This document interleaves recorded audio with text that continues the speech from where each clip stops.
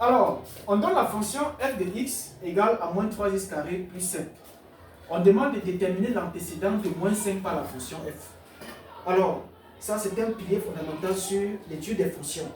Lorsqu'on trace une fonction, il faut connaître ce qu'on appelle l'image et il faut connaître également ce qu'on appelle les antécédents. Mais ici, on va s'occuper de ce qu'on appelle antécédent.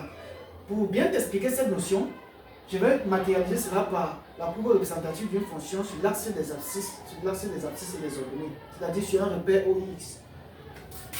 Voici les repères donnés.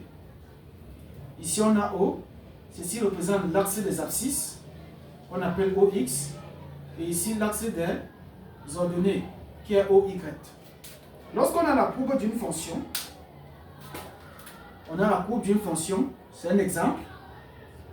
Lorsqu'on a la courbe d'une fonction, alors, cette courbe représente l'image, c'est-à-dire c'est l'ensemble des points qui ont pour coordonnées, c'est l'ensemble des points M qui ont pour coordonnées X, Y. Je prends par exemple un point sur la courbe, j'ai le point M ici. Ici, ça c'est X, et là, c'est Y. X matérialise le projeté du point M sur l'axe des abscisses et Y matérialise le projeté du point M sur l'axe des ordonnées. Et la courbe représentative de la fonction f, c'est l'ensemble de tous les points M là. C'est l'ensemble de tous les points M qui ont, n'est-ce pas, pour coordonnées X, Y, où X est l'abscisse et Y l'image. Donc, lorsqu'on a un point comme ceci, Y est l'image de X par la fonction f et X est l'antécédent de Y. Donc, si je veux trouver, si on me demande l'antécédent de Y, je projette Y sur la courbe et à partir de la courbe, je projette sur l'axe des abscisses et ici, je trouve son antécédent. Donc, X ici est appelé antécédent. Et Y ici représente l'image. C'est ce que ça signifie. J'espère que vous avez bien compris. Restez jusqu'à la fin de la vidéo parce que c'est ce qu'on va appliquer pour pouvoir résoudre notre problème. Alors, on demande l'antécédent de moins 5 par f.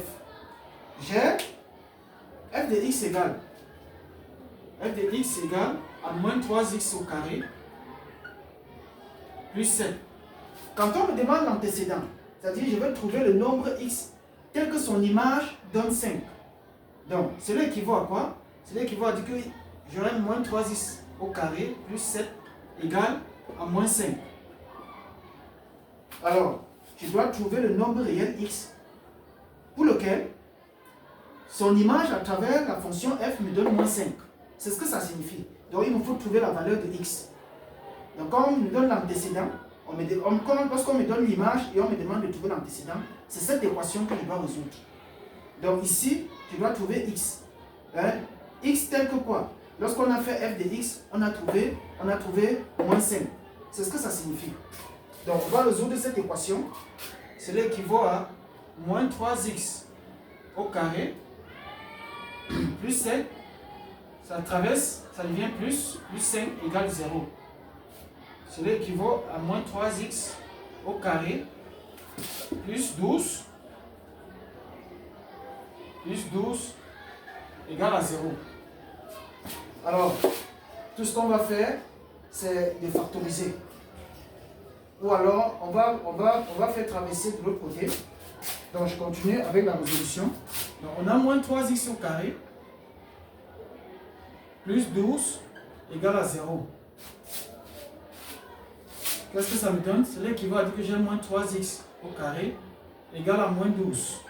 Alors, je peux simplifier les moins. Ce qui veut dire que j'ai x au carré égale à 12 divisé par 3.